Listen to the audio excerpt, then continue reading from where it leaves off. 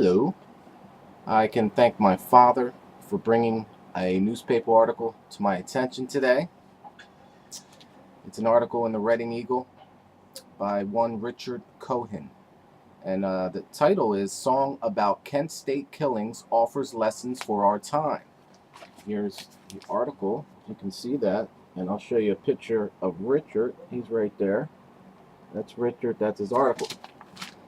And in the article, he talks about how he rides his bike 12 miles every day.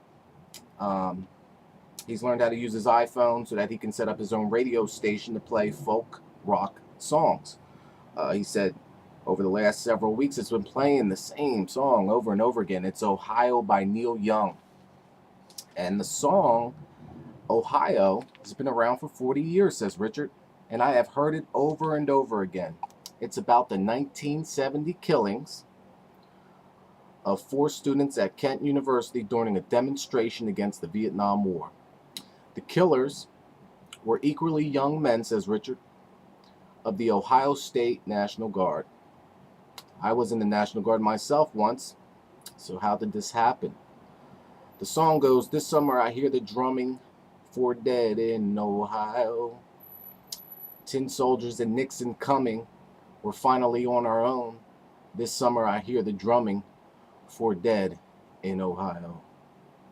One of the 4 killed was Allison Krause. Richard continues to say he had a relationship with Allison's father, so it was personal to him. My God, he says, American soldiers shot American college students? This is not China. It's not Tiananmen Square, he says, and not Iran in the pro-democracy rallies of last year. Not any of these places. This was America just yesterday, and yet it happened. How I thought hard, said Richard, and then I remembered.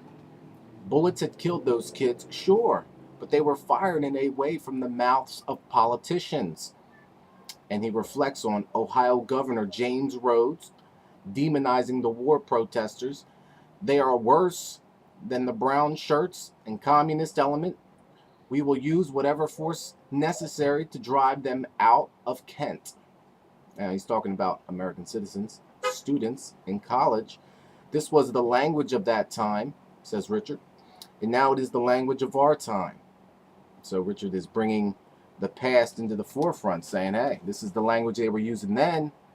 Isn't it funny? It seems to be the language they're using now. Now they've twisted it. Now it's more aimed at these make-believe terrorists that are in our country, these terrorist cells all over the place, right? It is the language of Glenn Beck, who fetishes about liberals and calls President Barack Obama a racist. It is the language of rage that fuels too much of the Tea Party and is the sum total of Carl Palladino's entire campaign message in New York. So, I thought this article really hit the times. He goes on and says, back in the Vietnam War era, the left also used ugly language and resorted to violence.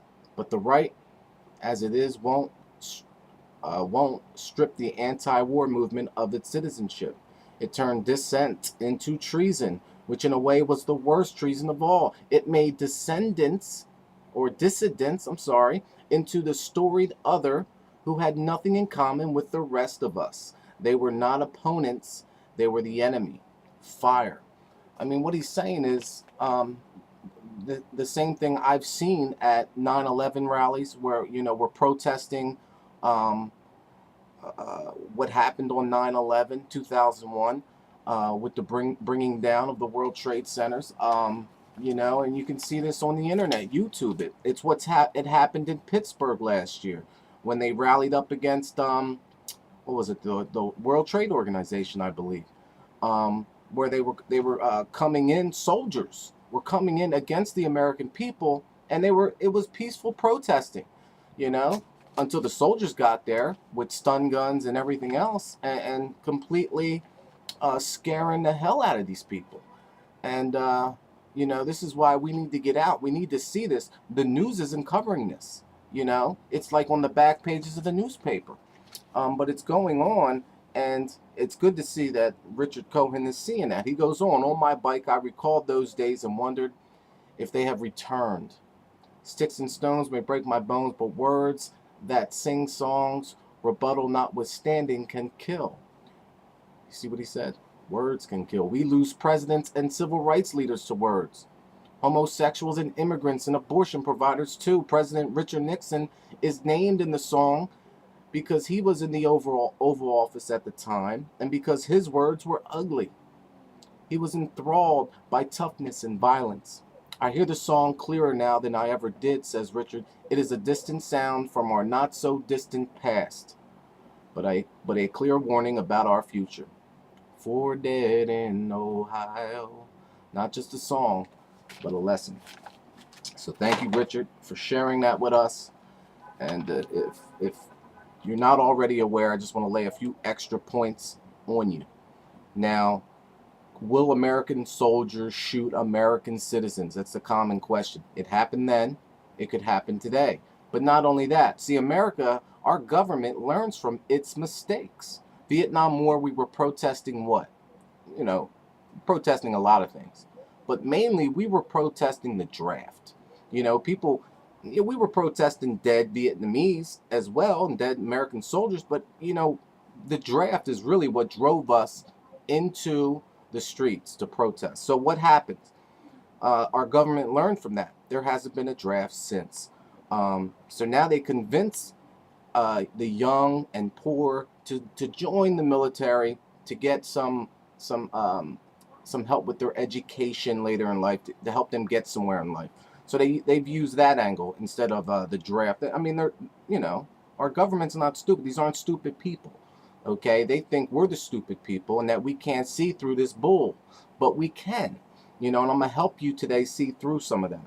Also, I want to bring to your attention a FEMA release that was covered by, I believe, Alex Jones. It's a 2009 NLE 09 release, so you can look that up. FEMA press release, NLE 09.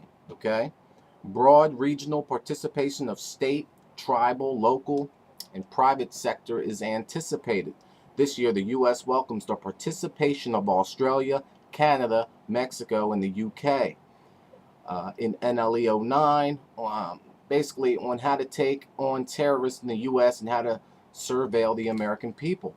So, once again, you see Kent State happened. American troops shot American students. Bad news, right? So what do? You change the outcome. Well, how do you do that? You bring foreign troops in to do the job that you don't want American troops to do. It's bad karma to have an American shoot another American, but it's a little bit better if it's some Dutchman or some German or whatever, some Indonesian.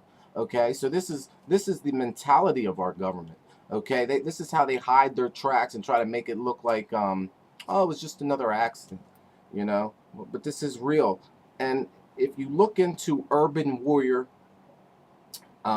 it was an exercise that happened years ago, but it shows how police have been conditioned, the military has been conditioned, and the public, we're being conditioned, to accept this kind of military involvement in our lives.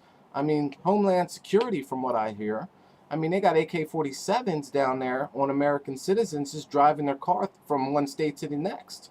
I've heard some crazy stories about what's going on down there near the border. And hey, I understand you're protecting the border, but this is America. American military is to defend this country, not to attack its own citizens. So that's in the Constitution. It's a very fundamental thing to know. So they might present it to you as if it's what's needed. We have all these terrorists we might have to intervene with. I think American soldiers can handle any terrorist in our country. We're more than capable. And we don't need outside help.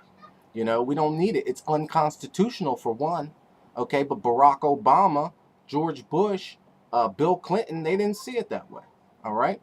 And I need you to see it that way. Because what's next? If they start circumventing the Constitution, okay, which they've been doing, they're going to start taking away your Bill of Rights, which they've been doing with such acts as the Patriot Act.